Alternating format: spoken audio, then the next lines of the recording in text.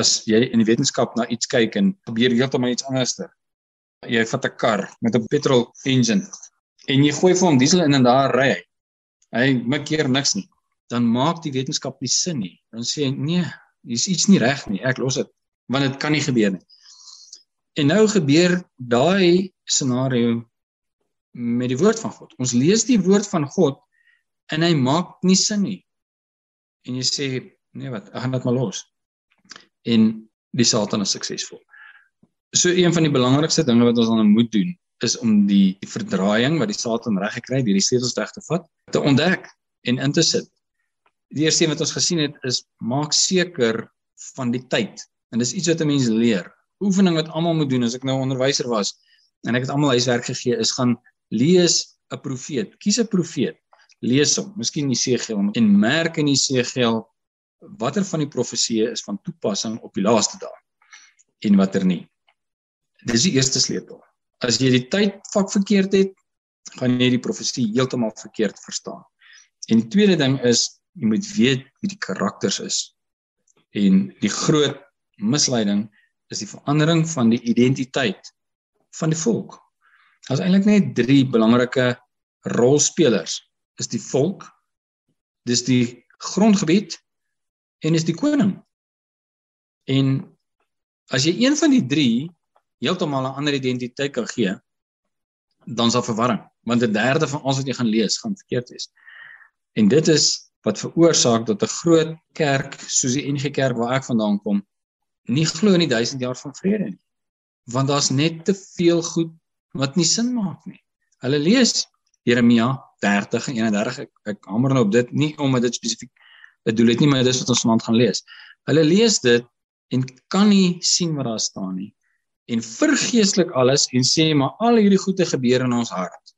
En wanneer Yeshua terugkom, dan word die gordyn toegetrek van die aarde en die aarde brand of die aarde word gestoor of wat ook al, maar ons gaan saam met hom almal hemel toe, omdat hulle die profete glad nie verstaan nie. Maar toe ons Openbaring gedoen het nou, het ons gesien, dis glad nie so moeilik nie. Dis eintlik openbarend. Nou, dit is maklik wanneer die Gees het iemand openbaar het, maar as jy dit gesien het, dan is dit so voor jou oë, dat dit is so beslis, definitief, vanselfsprekend, dat daar 1000 jaar van regering vir Yeshua gaan wees. Dat dit onmoontlik is, as jy dit eers gesien het om te ontken, dat dit daar is, dat jy nie kan dink, dat iemand anderster dit lees, en nie weet wat dit is nie. Hoekom? Het nie die sleutel nie. En daar is net 'n raais, daar is net 'n groot vraagteken. So ons is baie bevoorreg om hierdie sleutels te kan ontdek. Maar met daai voorreg, ons is baie bevoorreg, maar met die baie bevoorreg kom baie groot verantwoordelikheid. Ons het dit gekry iewerster. Ons is nie met dit gebore en dit geken het nie. Op 'n manier het Vader dit by ons ore uitgebring. En ons het dit gesien en gesê, wow, wat 'n fantastiese ontdekking.